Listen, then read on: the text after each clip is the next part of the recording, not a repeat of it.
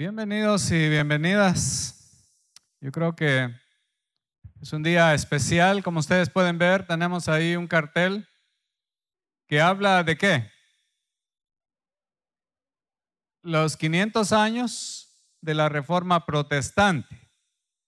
Y ustedes saben que se nos llama protestantes a los cristianos o evangélicos. Y dicen que viene de ahí el nombre, de que un día algunos protestaron contra vicios o errores que se estaban dando dentro de la iglesia. Y hay que seguir protestando, ¿verdad? Hay que seguir protestando contra el pecado, contra la desobediencia a la palabra de Dios. Y hoy queremos partir de dos versos que prácticamente fueron los que la palabra que le quitó el velo a un hombre, a un monje. Y él pudo ver cómo las cosas del evangelio son, cuál es la verdad, cómo se adquiere la salvación. No es solamente por hacer ciertas obras, sino por algo más importante. Y vamos a estar en Romanos 1:17, por favor. Yo creo que este es un texto que alguna vez lo hemos visto y hoy vamos a repasarlo. Dice, porque en el evangelio la justicia de Dios se revela por fe y para fe, como está escrito, mas el justo por la fe vivirá. Voy a leerlo una vez más. Porque en el evangelio la justicia de Dios se revela por fe y para fe, como está escrito, mas el justo por la fe vivirá. Y el otro texto de donde parte el apóstol Pablo para decir estas palabras es el libro de Habacuc 2:4. Tiene la mitad diferente a este, pero sí tiene las palabras que dicen, mas el justo por la fe vivirá. Ahora, quiero que nos hagamos una pregunta: ¿quién es el justo? O en todo caso también el hombre o la mujer que es justa, ¿verdad? Que vive conforme a la voluntad de Dios. ¿Quién es esa persona? Es interesante que aquí al principio de la carta a los romanos dice, mas el justo por la fe vivirá. Pero adelante dice que no hay justo ni aún uno. Entonces parece una contradicción dentro de la misma carta. El justo vivirá por fe, pero dice que no hay justos. ¿Cómo explicamos este asunto? Y vayamos un poco más cerca y preguntémonos, nosotros, los creyentes, los que estamos acá, ¿somos justos? ¿Podemos calificarnos como justos? Bueno, la respuesta es que depende. Depende de los requisitos que pone la misma palabra de Dios. No sé si ahí hay unos personajes, sí, ahí hay unos personajes importantes de la Reforma. Y está, por ejemplo, Juan Hus, que es el que está ahí a la derecha. Martín Lutero, por supuesto, Calvino. Y este hombre de apellido Wycliffe y Zwinglio. Los nombres no están escritos en español y por eso se ven un poco raros, pero esos son los nombres de ellos. Y hay unos que son antes de Lutero y por lo menos hay uno que es después, un poquito después de Lutero. En el caso de Juan Hus y Wycliffe fueron personas que propiciaron la reforma. La reforma no se dio así en un momento. Algunos piensan que la reforma fue cuando Martín Lutero puso las 95 tesis en la iglesia de Wittenberg. Dicen, ahí inició la reforma. La reforma inició antes. La reforma inició en personas que arriesgaron su vida y que incluso murieron por causa de reformar la iglesia. Usted sabe que el pecado es agresivo, el pecado es bien agresivo. Cuando las personas están en pecado y uno trata de decírselos, no todos le responden a uno, muchas gracias por decírmelo. Yo que ya estaba esperando que alguien me exhortara para cambiar. Cuando a alguien se le hace ver su pecado, independiente del pecado que sea, muchos reaccionan de una manera violenta y a veces individualmente, pero a veces como institución. Y estos hombres, como Hus fue uno de los que lo quemaron por causa de volver a la escritura, de enseñar la palabra de Dios y de hacer ver los errores de la iglesia. Imagínense, Estamos hablando de la iglesia, no estamos hablando del terreno político, no estamos hablando de otros poderes, sino estamos hablando de la iglesia. Y así que no es de extrañar que dentro de la iglesia surge la violencia a veces. Uno se puede asustar por ciertas cositas que pasan ahí, pero la iglesia también ha tenido violencia. La iglesia en general, no estoy hablando de esta iglesia, sino la iglesia en general, que si usted quiere, meta ahí todos los grupos religiosos, pero han sido violentos y han matado a aquellos que les han anunciado la verdad, a aquellos que les han predicado el evangelio, los han matado. Y entonces Juan Hus y Wycliffe fueron de las personas que precedieron a Lutero y él se basó en ellos, él se inspiró en ellos. Además hubo un movimiento social que favoreció también la reforma. Habían personas, catedráticos como uno que se llamaba Erasmo de Rotterdam, que enseñaban algo sobre sociología, enseñaban sobre humanismo, y esas personas propiciaron el ambiente para que la doctrina del evangelio justamente se pudiera expandir a través de esos medios, que eso es muy importante. Uno a veces todo lo espiritualiza, uno piensa que todo es espiritual y que está en tercera dimensión nada más, pero las cosas están sobre la tierra, se relacionan con todo lo que pasa en este mundo, se relacionan con la educación, con la política. La reforma fue favorecida por diferentes ambientes como esos y también atacada por otros grupos. Ahora, Lutero está en medio. Lutero es el que hace la reforma el 31 de octubre del año 1517, que es ahí dice 500 años, y estaría cumpliendo 500 años la reforma. ¿Cuándo? El martes, ¿verdad? El martes estaría cumpliendo o va a cumplir los 500 años, y gloria a Dios por eso, porque ha valido la pena. La reforma ha hecho una mejora muy grande y ha servido siempre como ¿cómo se le llama? Que ha estado ahí empujando para que la iglesia también se siga reformando, porque la iglesia no es que se reformó una vez y ya quedó reformada para toda la vida. La iglesia necesita reformarse. Incluso la iglesia necesita reformarse en cada uno de nosotros. Y para eso hay ciertos elementos. Pero Lutero fue el que puso en ese momento las 95 tesis ahí en esa iglesia.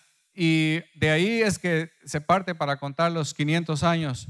Ahora, y después está Calvino, y después voy a hablarles un poquito más porque voy a dejarlo ahí por el momento, pero lo vamos a retomar. La palabra quita el velo. La palabra lo saca uno del error cuando uno se acerca a la palabra y la estudia a profundidad. Hemos dicho que no hay que estudiar la Biblia sobre la cáscara, nada más no hay que quedarse en la cáscara, hay que llegar al corazón de la palabra, y para eso se necesitan herramientas. Quiero decirle que Lutero no era cualquier cosa. Lutero estaba doctorado en filosofía, en teología, y era un hombre muy, muy eminente. Este personaje tuvo un pasado bastante difícil al cual no podemos entrar ahora porque nos llevaría mucho tiempo, pero esas situaciones de su vida, tanto la situación de pobreza y algunas crisis espirituales que él pasó, lo llevaron en un momento a preguntarse realmente cómo puedo estar en paz con Dios. Incluso un rayo que cayó por ahí en su camino lo puso más preocupado. Y él quería saber cómo estar en paz con Dios, porque el pecado no deja que uno esté en paz con Dios, ¿verdad? El pecado le molesta, le afecta, lo entristece, y él era una de esas personas. Pero él siempre pensaba, ¿cómo poder quitarme estos errores? O en todo caso, ¿cómo dejar de pecar? ¿Cómo hago para dejar de pecar? Pero es que esa es la lucha de cada uno de nosotros, ¿verdad? ¿Cómo hago para ya no errar? ¿Cómo hago para ya no fallarle a Dios? Incluso, ¿cómo hago para no fallarle a mi prójimo? ¿Cómo hago para ser honesto? ¿Cómo hago para ser veraz? ¿Cómo hago para agradar a Dios y estar en paz? ¿Qué tengo que hacer? Cada día me esfuerzo por eso. Y Lutero estaba en esa lucha, y siempre les he dicho que él entraba, para él el momento de la confesión era algo grande. Y él quería confesar sus pecados a Dios y no quería que se le escapara ni uno. Y llegaba y los confesaba detalladamente, minuciosamente, pensamientos, palabras, hechos, todo él lo confesaba delante de Dios. Pero estaba a la mitad de la iglesia saliendo ya cuando venía un mal pensamiento y tenía que regresar a confesar. lo confesaba y después estaba allá en la puerta, ya saliendo cuando algo miraba y venía otra vez a confesarlo.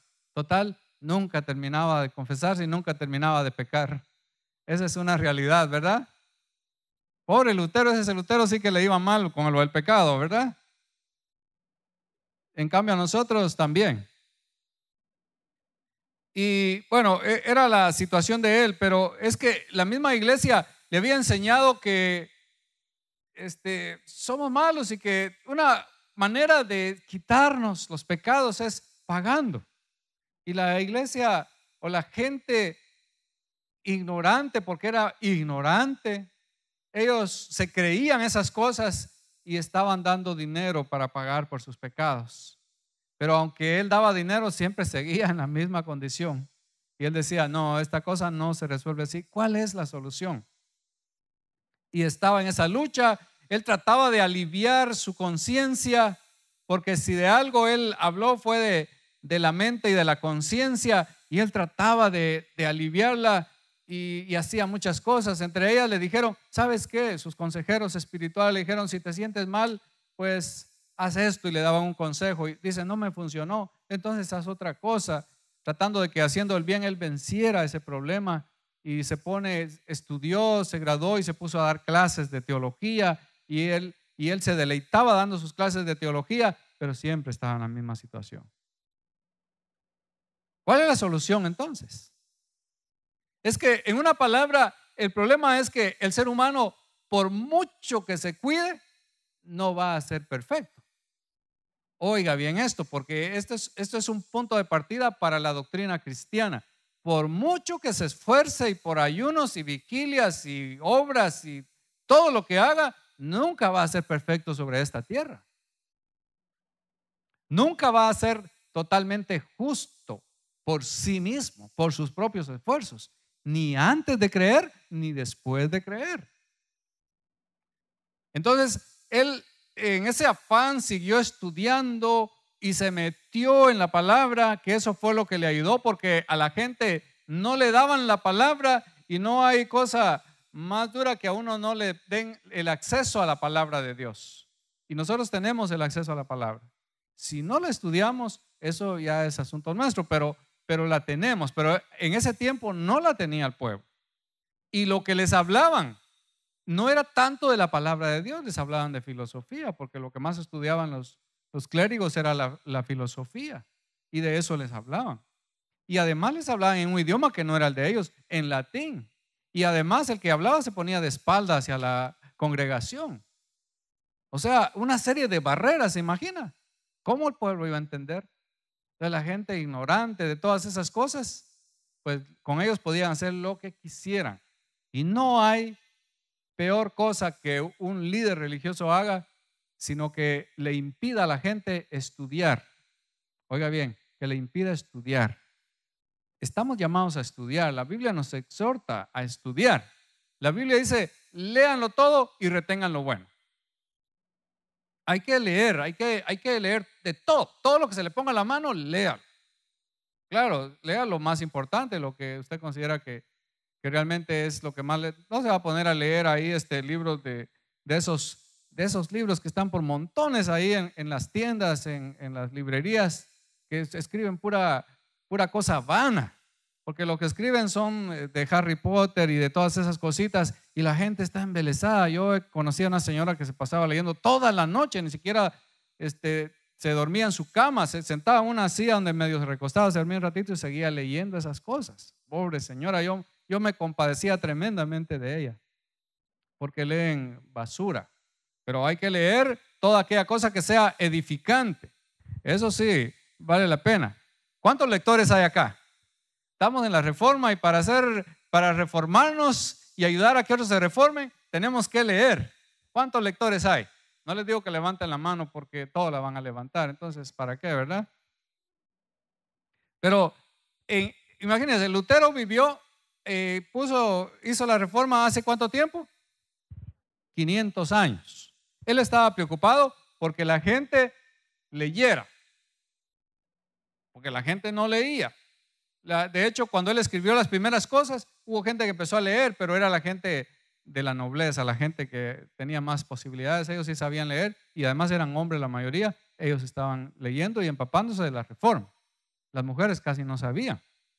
Pero estamos viviendo en esta época, en esta era, y todavía no está de moda el hábito de la lectura. ¿Puede creer usted eso? Entonces, si no leemos, ¿a dónde vamos a ir a parar? Solamente ese punto ya nos da la idea que necesitamos hacer otra reforma. Para no deformarnos, ¿verdad?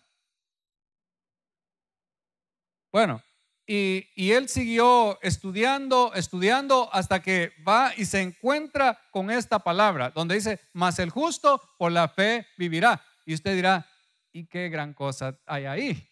¿Qué misterio hay ahí? Pues, ¿cuál es el misterio que hay ahí? ¿Usted ya se dio cuenta? ¿O todavía no ha entendido lo que hay en ese texto? ¿Usted ya lo entendió? ¿Ya se dio cuenta de qué está hablando? Mas el justo por la fe vivirá. Él lo que buscaba era ser justo delante de Dios. Y ser justo delante de Dios era vivir conforme a la voluntad de Dios y tener la conciencia tranquila. Era lo que él buscaba. Pero ¿en qué le ayuda ese texto? Bueno, es que tampoco es solamente ese texto. Estos son los puntos de partida, pero está asociado a toda la escritura. Pero lo que él descubre acá es que la persona, para ser justa delante de Dios, tiene que salir de su propio campo de justicia. Es decir, de pensar que por lo que hace, por eso es que se va a justificar delante de Dios. Eso se llama una salvación por obras. Entonces, Lutero entendió, yo tengo que salir de esta lucha que yo tengo y descansar en la gracia de Dios. Y qué bonito cuando uno piensa en esto, porque uno dice, Señor, ya sé que no he sido perfecto y que no voy a ser perfecto sobre esta tierra, pero sé que tú me miras como justo cuando yo he creído en tu Hijo Jesucristo. Ahí yo soy declarado justo. ¿Ven la diferencia? ¿O todavía no? Que no hay amenes. Ya estamos cayendo en cuenta, como dice, ya no está cayendo el 20, dicen los hermanos mexicanos, que no nos justificamos a nosotros mismos. Es una lástima cuando uno llega a creer el evangelio y todavía después de haber creído, todavía está pensando que uno es el que se está salvando, que uno es el que se está justificando. Eso no es la reforma, eso no es la doctrina cristiana, eso es la doctrina de la Iglesia católica. Y con todo respeto para los hermanos católicos, porque los amamos también. Pero eso es creer que la salvación es por obras, por lo que yo hago, por mi esfuerzo, por mi lucha, porque yo sí que me esfuerzo, porque yo sí que, vieran cuánto esfuerzo hago para ser lo que soy. Entonces yo le estoy diciendo al Señor, Señor, tu sacrificio en la cruz no basta, yo tengo que hacer algo también. Más adelante vamos a entenderlo mejor. Así que cuando Lutero descubrió eso, se le quitó el velo y él dijo, ahora entiendo. Entonces, no es por lo que yo hago, no es por todo lo bueno que yo trato de hacer, por bueno que sea, sino es por la misericordia de Dios. Y cuando dice más adelante, no hay justo ni aun uno, está diciendo, no hay quien no tenga pecado. Todos tienen pecados. Y no es para desanimarlo, pero quiero decirle que los cristianos también tienen pecados. Uno no se la puede llevar de fariseo y pasar enfrente de la gente como la pura santidad de frente de ellos y que le digan buenas tardes su santidad, porque eso no es cierto. Uno tiene que ser honesto y cuando la gente le dice, ¿usted es salvo? Le dice, sí, soy salvo. ¿Por qué? Por la gracia de Dios. ¿Somos salvos por qué? Bueno, entonces no es por lo que nosotros somos ni hacemos. Somos salvos por la gracia de Dios. Y somos salvos porque hemos creído en el Señor. Ese es el punto de esta doctrina. Ahora, ¿por qué una reforma en ese momento? ¿Era solamente porque él descubrió ese texto? No, por cierto que Lutero era una de esas personas que no están conformes cuando la situación no anda bien, pero razonable. Y él empezó a darse cuenta, oiga bien, que dentro de la institución, dentro de la jerarquía de la iglesia, había corrupción del clero. El clero eran los sacerdotes y las autoridades, los principales de la iglesia. Había ahí corrupción. Había mucha ostentación. Ostentación quiere decir que vivían con lujos. Como que eso nos dice que hoy también hay que reformar un poquito, ¿verdad? Porque hay unos mis colegas por ahí que tienen unos lujos increíbles. Hay una foto por ahí que dicen, adivinen de quién es esta mansión. Y es una casa que ni los gobernantes del mundo la tienen, pero él la tiene. Y es del señor les digo de una vez, del líder de Pare de Sufrir. Y el que paró de sufrir fue él. Entonces, él está ahí bien cómodo. Ahí había mucha ostentación. Ellos eran insensibles a las necesidades del pueblo. Es una cosa importante. Y también eran ignorantes de las escrituras, como ya lo decía. Eran codiciosos de lo material y eran explotadores. Con el dinero que ellos estaban recaudando de la gente más pobre, por ejemplo, en Alemania, de los campesinos que sudaban sangre para ganarse su dinerito, con ese dinero estaban construyendo la Basílica de San Pedro, un monstruo de iglesia. Yo no sé si alguno ha visitado la Basílica de San Pedro. Si no, véala por lo menos ahí en el internet y va a ver que es una cosa increíble. Y una amiga hondureña nos decía, yo fui allá para ganar más fe y perdí lo poco que tenía. Porque para pasar de una habitación a otra, me cobraban. Decía, ¿quiere pasar a tal habitación? Sí, entonces son tantos dólares más. Y si va a otra, bueno, pague tantos dólares más. Todo es dinero. Todavía eso no ha cambiado, ¿verdad? ¿Ven por qué Lutero hizo la reforma?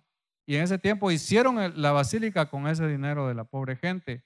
La estaban explotando. Así que la iglesia era así y también tenían un poder político y abusaban del poder, porque ellos estaban incluso sobre los reyes muchas veces. Entre la política y la iglesia había esa cosa así que no se balanceaba. A veces la iglesia estaba encima, los papas estaban encima y los reyes abajo o viceversa. Pero esa cosa no se nivelaba. Cuando Jesús dice que nosotros somos llamados a predicar el evangelio y ellos estaban luchando por poder. Entonces el rey tenía que sujetarse un poco ahí a lo que ellos decían. Y además eran latifundistas. Latifundista quiere decir que tenían muchas tierras.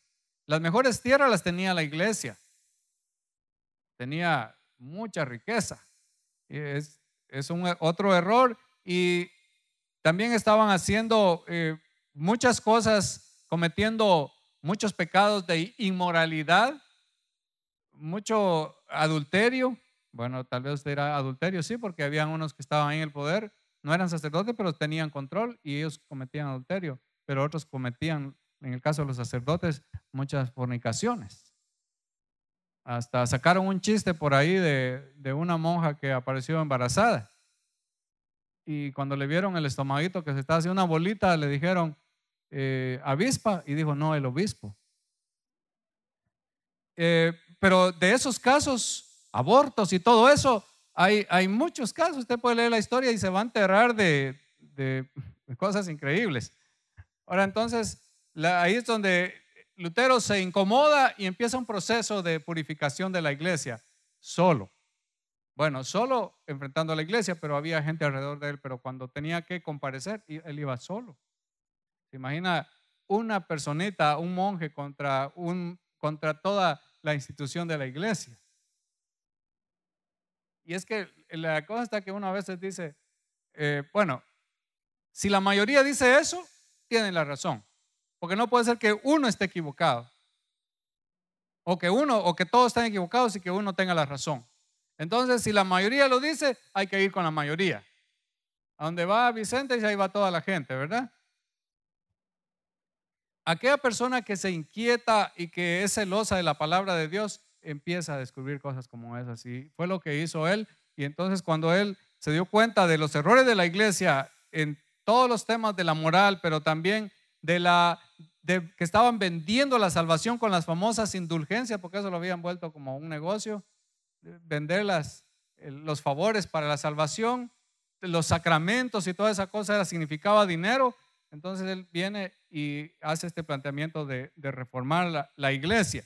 Pero una cosa importante, sabe que Lutero, yo sé que hay muchos católicos que ahora entienden mejor a Lutero. Yo se lo digo porque he estado en reuniones donde han habido evangélicos y católicos, y me he dado cuenta cómo muchos de ellos ya entienden y respetan a Lutero. Y porque dicen, es que Lutero en realidad no quería dividir la iglesia, sino él quería reformar la iglesia. Y quería conservar muchas cosas que él decía, esto es bueno de la iglesia, no se debe cambiar. Pero claro, no lo aceptaron, lo excomulgaron y casi lo matan. Lo tuvieron que exiliar, y eso le valió para escribir también una traducción de la Biblia al alemán. Pero él no quería entonces dividir la iglesia. Ahora, cuando él pone las 95 tesis ahí en la puerta de la iglesia, eso da un gran mensaje. Son 95 pensamientos. ¿Alguno ha leído esas 95 tesis? Pienso que sí, algunos las han leído, ¿verdad? Los que han estudiado teología, la clase de historia, las han leído. Iban principalmente contra las indulgencias. Pero el mensaje que dieron esas 95 tesis fue muy poderoso. Se imagina la gente que podía leer y se paraba y leía. Y lo entendía, porque estaba desenmascarando las cosas. Lo entendía, iba y lo compartía. Y esa noticia se empezó a ir por todos lados.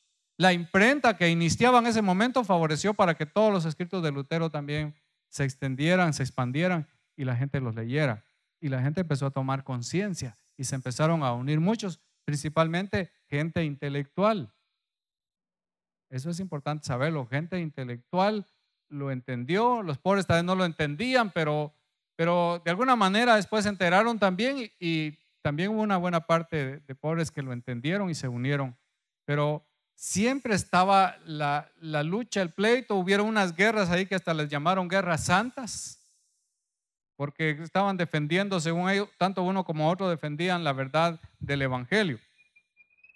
Ahora, para terminar, Lutero no hizo realmente un libro donde él estuviera explicando todo con detalles. Él escribió las 95 tesis, que eran como líneas generales, pero él no hizo un libro específico. Entonces, fue otro que lo hizo.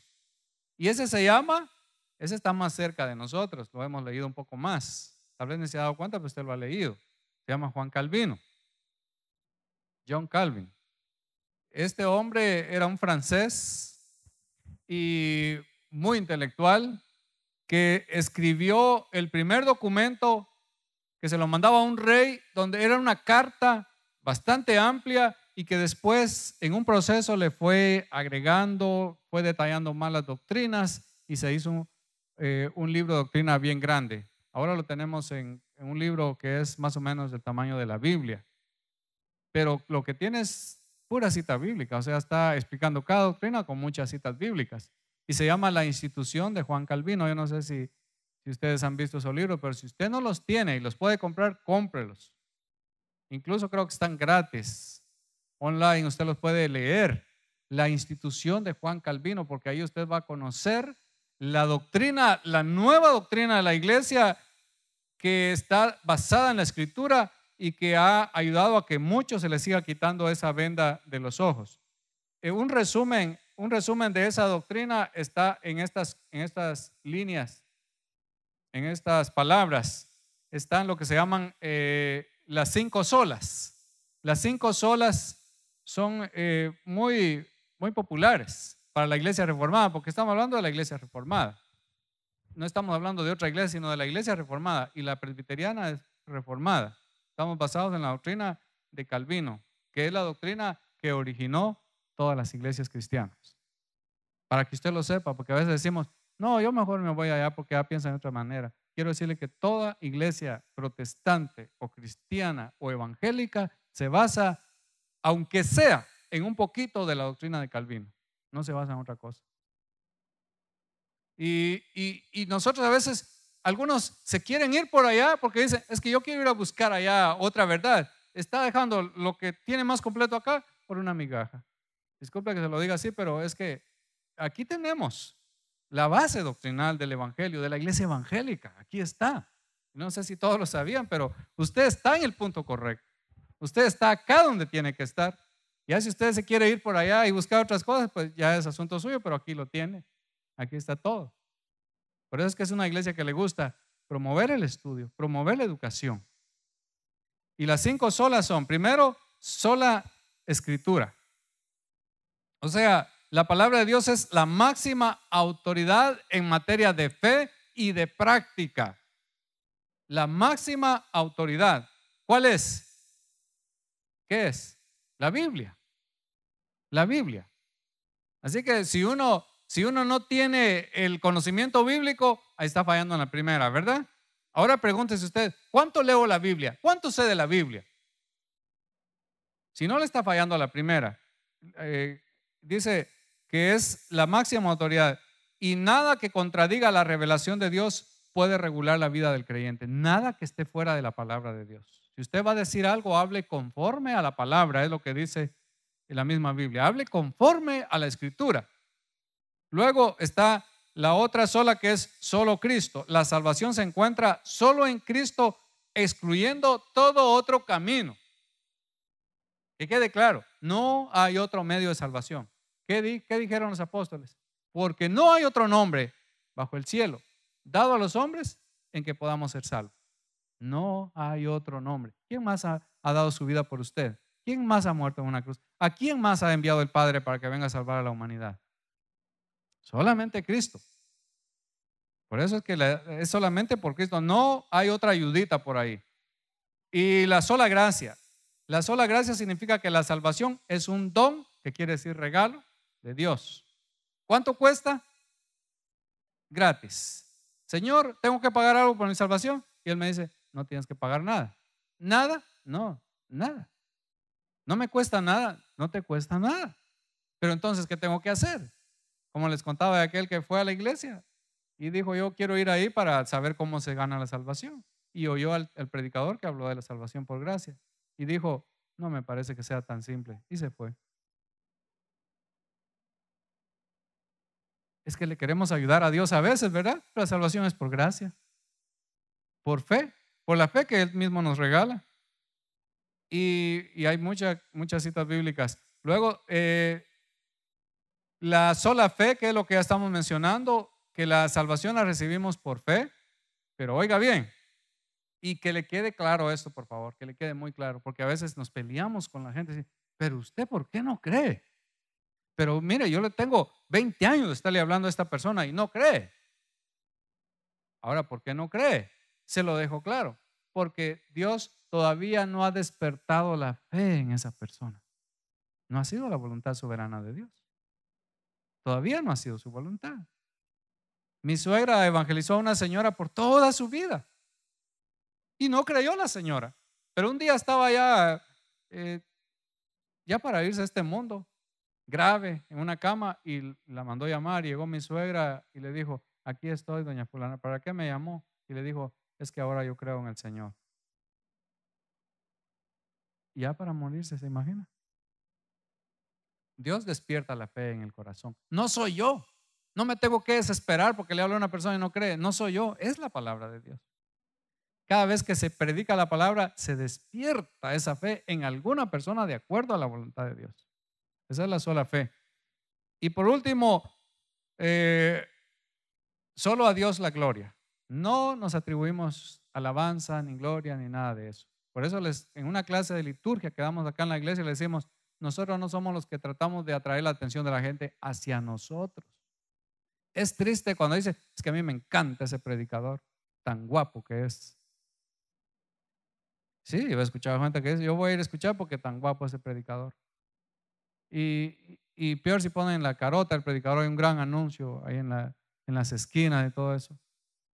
Y la gente se deja impresionar por eso. No hay que atraer la atención de nadie sobre nosotros, sino para la honra y la gloria de Dios.